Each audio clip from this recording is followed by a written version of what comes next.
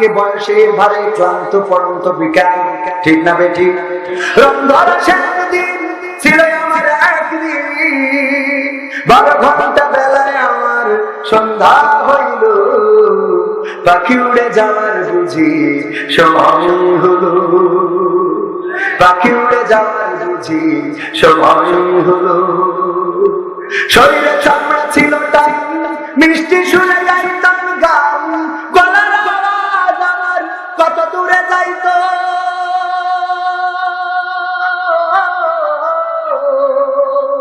শরীরে চামড়া ছিল টান, মিষ্টি শুনে গাইতাম গান, গলার আওয়াজ আমার কত দূরে যাইতো। পাইকা গেল মাথার চুল, কথা বলতে পড়ে ভুল, পাইকা গেল মাথার চুল, কথা বলতে পড়ে ভুল। চোখে দেখি গন্ডগোল, দন্ত নড়িল, পাখি উড়ে যাওয়ার বুঝি সময় হলো, পাখি উড়ে যাওয়ার বুঝি সময় হলো। ঘন ঘন আসে দম, কানেতে শুনি কম, পিছে পিছে জম আমার ঘুরতে লাগিল।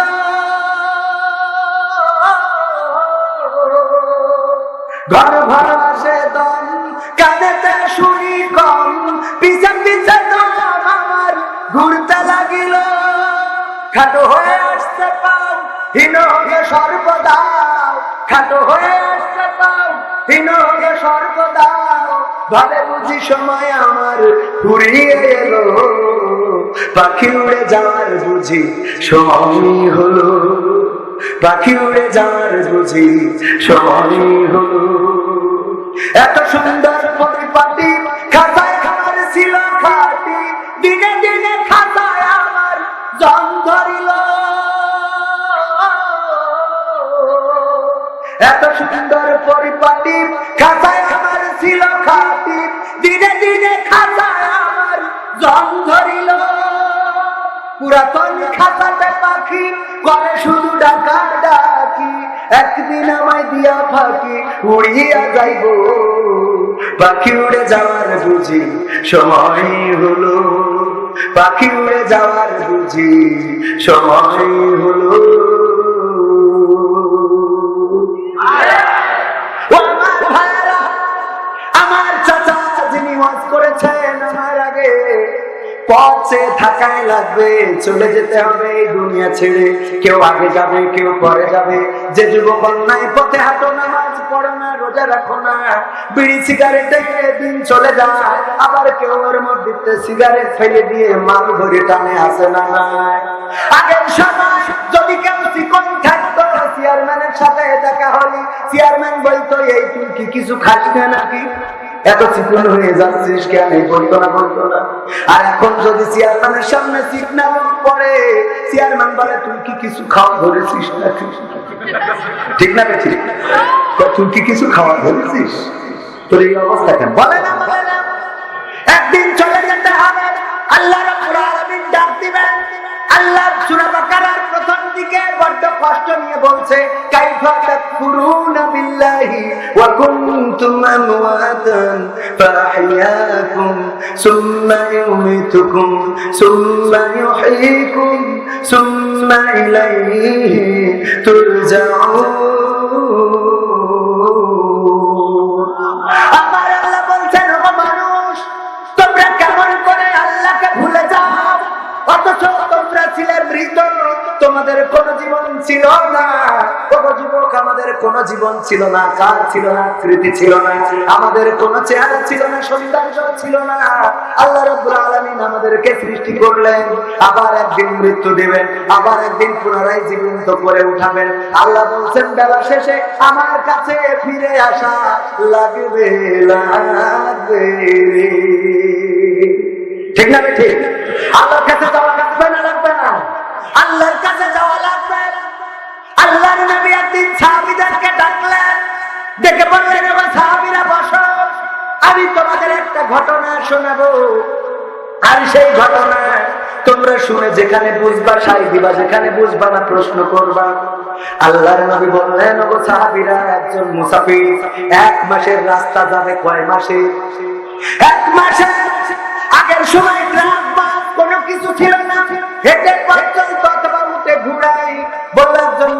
1 মাসের পথ চলবে, এই 1 মাসের মধ্যে কোনো ঘর নাই, গাছ নাই, বাড়ি নাই, কোনো জায়গা নাই, থাকার মতো খাওয়ার মতো কোনো কিছু নাই। এই 1 মাসের পথ যাওয়ার জন্য যা কিছু খাদ্য পানি লাগে সব সাথে নিয়ে যখন হাঁটা শুরু করলো, 15 দিন যাওয়ার পরে হঠাৎ করে পানি ফুরাই গেছে, খাবার ফুরাই গেছে, পানির পিপাসায় কাতর। সাহাবীরা বলো এই লোকটি এখন কি করবে? আল্লাহর নবীর সাহাবীরা বললেন, ও নবী, ওই লোকটি যদি ফিরে আসতে চায় তাহলে লাগবে কতদিন? কতদিন লাগবে? 15 দিন। আবার যদি গন্তব্যে যেতে হয় লাগবে কয়দিন? 15 দিন। সুতরাং এখন তার উচিত হবে চারিদিকে কোথাও না কোথাও পানি খুঁজে বের করা, কোথাও একটা কূপ পাওয়া যায় কিনা, কোথাও জঙ্গল পাওয়া যায় কিনা। আল্লাহর নবী বললেন, ও সাহাবীরা, লোকটি তাই করলো। চারিদিকে খুঁজতে লাগলো, খুঁজতে খুঁজতে ছোট একটা জঙ্গল পেয়ে গেল, জঙ্গলের মধ্যে একটা কূপ পেয়ে গেল, কূপের মধ্যে পানিও আছে কিন্তু তোলার মতো কোনো রাস্তা নাই। ওগো সাহাবীরা বলো লোকটি কি করবে? আল্লাহর নবীর সাহাবীরা বললেন, ও নবী গো, ওই লোকটির উচিত হবে এখন কোনো না কোনো মূল্যে ওই পানি পান করা। যদি সম্ভব হয়, যদি তুলতে না পারে, তাহলে ওই পানির কাছে নেমে যেয়ে পানি পান করতে হবে। আল্লাহর নবী বললেন, ওগো সাহাবীরা, ওই লোকটি তাই করলো। পানি পান করার জন্য বন থেকে লতা ছিঁড়ে আনলো, আর উপরে একটা গাছের ডালের সাথে বাঁধলো, আর ডালটা পানি পর্যন্ত ছুঁয়ে, আর লতাটা পানি পর্যন্ত ঝুলিয়ে দিল। দিয়ে ওই লতা বেয়ে পানি খাওয়ার জন্য নামতে যখন লাগলো, কূপের মাছ বরাবর যখন পৌঁছাইছে, নিচেই তাকিয়ে দেখে 2টা ফনা ধরা সাপ রয়েছে। যদি পানি পান করতে নামে গো, তাইলে ওই সাপে সবল দেবে আর ওই লোকটি মারা যাবে। এখন বলো সাহাবীরা এই লোকটি কি করবে? আল্লাহর নবীর সাহাবীরা বললেন, ও নবী, এই লোকটির উচিত হবে ওই পানি পান না করে ওই জায়গা থেকে উপরে উঠে আসা, কারণ যদি পানি পান করতে যায় তাহলে সাপে কামড়াবে, লোকটা মারা যাবে। এজন্য ওর আর পানি পান করা উচিত হবে না, উপরে উঠে আসাই উত্তম। আল্লাহর নবী বললেন, তোমরা ঠিক বলেছ। ওই মুসাফির তাই করলো। ওই লতা বেয়ে যখন করে উঠতে চাইলো, উপরের দিকে তাকিয়ে দেখে যেই জঙ্গলে কূপটা পেয়েছে, ওই জঙ্গল থেকে একটা ক্ষুধার্ত বাঘ এসে কূপের মুখে চেয়ে আছে। যদি লোকটি উপরে ওঠে তাইলে ওই বাঘ তাকে আক্রমণ করবে, তাকে ধরে খেয়ে ফেলবে। এখন বলে লোকটি কি করবে? বিপদ আল্লাহ বললেন, এখন কি করবে? সাহাবীরা বললেন, ও নবী, ওই লোকটির ওই আঁকড়ে ওই মুসাফির ওই লতাটা আঁকড়ে ধরে বসে থাকতে হবে যতক্ষণ না সাপ পানির নিচে চলে যায় অথবা বাঘ বনে চলে যায়। বাঘ যদি বনে চলে যায় তাইলে উপরে উঠে আসবে, আর সাপ যদি নিচে চলে যায় তাইলে উনি পানি পান করবে। এই চিন্তা করে লতাটা আঁকড়ে ধরে বসে থাকতে হবে। আল্লাহর নবী বললেন, লোকটা তাই চিন্তা করলো, লতাটা আঁকড়ে ধরে বসে রইল। হঠাৎ করে নিচেই তাকিয়ে দেখে সাপ তো যায় না, উপরে তাকাইলো বাঘ গেছে কিনা দেখার জন্য, কিন্তু দেখলো বাঘও তো যায় নাই, বরং যেই ডালে লতাটা বেঁধে রেখেছিল ওই ডালে নতুন করে 2টা ইঁদুর চলে এসেছে। এসে ওই লতাটা কুট করে কেটে দিচ্ছে। সারা ইঁদুর যখন কাটে কালো ইঁদুরটা বসে থাকে, আর কালো ইঁদুরটা যখন কাটে সারা ইঁদুরটা বসে থাকে। ওগো আমার সাহাবীরা, বাবা এখন ওই মুসাফিরের চিন্তা কি হবে? ওই মুসাফির আর কোন চিন্তা করবে? আল্লাহর নবীকে সাহাবীরা বললেন, ও নবী সাল্লাল্লাহু আলাইহি ওয়াসাল্লাম, ওই লোকটির উচিত হবে এখন শুধু এতটুকু চিন্তা করা, লতাটা কাটতে যতক্ষণ ওই লোকটির মারা যেতে সময়টা বাকি ততটুকু।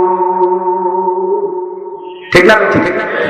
আল্লাহর নবী বললেন, সাহাবীরা শোনো, এই ঘটনাটা তোমাদের শিক্ষা দেওয়ার জন্য বললাম। এই দুনিয়ায় আমরা সবাই মুসাফির।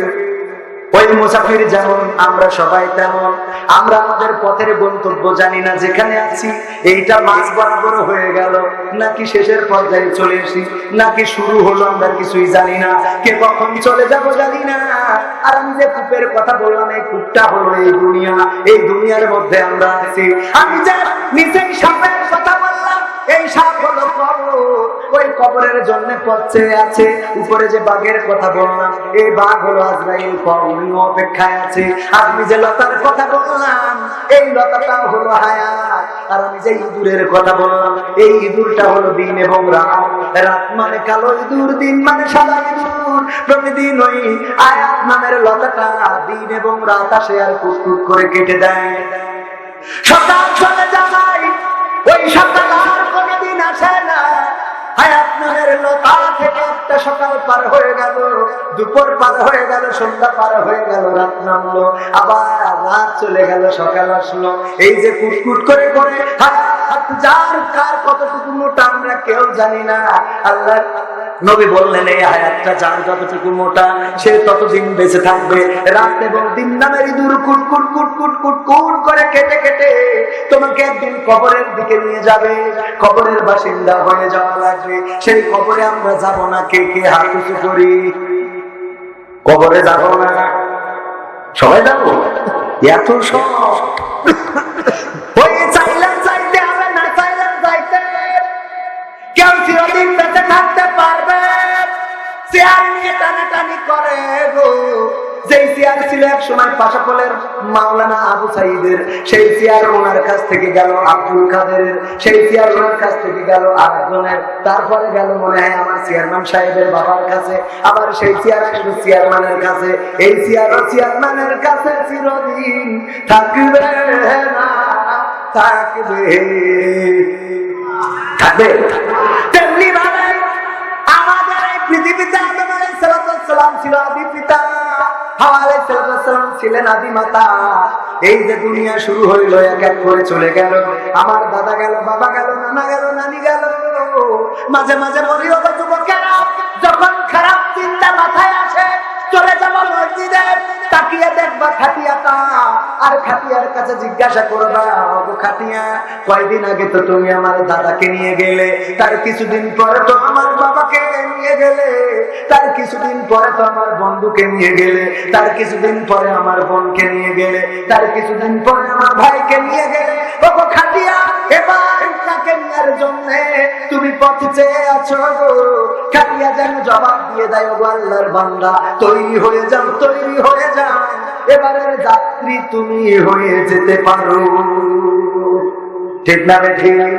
কবরের কাছে যাবেন, খারাপ চিন্তা আসলে ও যুবকেরা জেনা করতে মন চায়, মদ খাইতে মন চায়, প্রেম করতে মন চায়, অন্যায় করতে মন চায়, অপরাধ করতে মন চায়, একটু কবরের কাছে যাবেন, যে দেখবেন অমুক কবরবাসী সে একদিন আপনার মতো ছিল, সে একদিন তার একটা বয়স ছিল, তার একটা যৌবন ছিল, এই মানুষটা একদিন আল্লাহর ডাকে সাড়া দিয়ে চলে গেছে, এখন আর তার খবর কেউ রাখে নাকি? না, রাখে না। যদি কবরের মাটির কাছে জিজ্ঞাসা করে, ও কবরের মাটি, তোমার মধ্যে আমার দাদা ঘুমানো, তোমার মধ্যে আমার বাবা ঘুমানো, তোমার মধ্যে আমার চাচা ঘুমানো, তোমার মধ্যে আমার গ্রামের লোক ঘুমানো, ও কবরের মাটি গো, এবার বলো দেখি তোমার ঘরে কার জায়গা হয়? কবর যেন জবাব দিয়ে বলে, আল্লাহর বান্দা তৈরি হও, তৈরি হও, তৈরি হও, এবার তোমার ঘরটা আমার মধ্যে হয়ে যেতে পারে। ঠিক না ঠিক? এবার ঘরটা তোমার আমার মধ্যে হয়ে যেতে পারে। মা বোনেরা অনেক এসেছে, পুরুষদের থেকে কন্যা বেশি বেশি, সব জায়গায় মা বোনেদের বেশি বেশি বিচারণ বিচারণ। কসমেটিকের দোকানে বেশি আছে না নাই? বাজারে বেশি আছে না নাই? প্রধানমন্ত্রী, আমাদের মাননীয় প্রধানমন্ত্রী নারী না মহিলা?